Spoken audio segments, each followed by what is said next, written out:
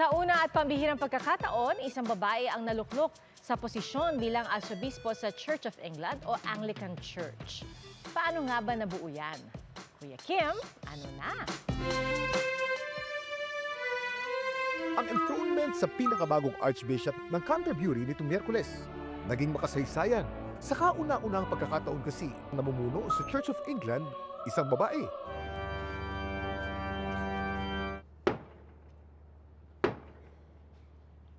Siya si Dame Sarah Mullally. Ang enthronement ni Dame Sarah na ginanap sa Canterbury Cathedral. Dinaluhan ng 2,000 bisita.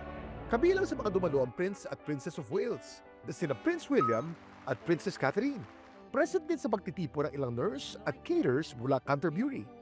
Si Dame Sarah kasi, dating nurse. By the authority committed to me, install you, Sarah, by divine providence, Lord Archbishop of Canterbury.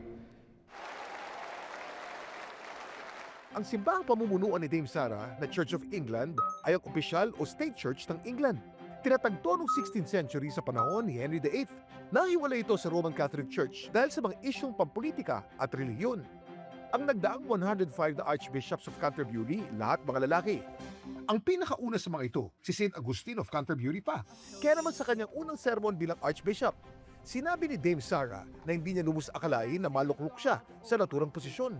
The Father, the Son, and the Holy Spirit be among you and remain with you always. Laging tandaan, kimportante ang may alam. Ako po si Kuya Kim at sagot ko kayo, 24 oras.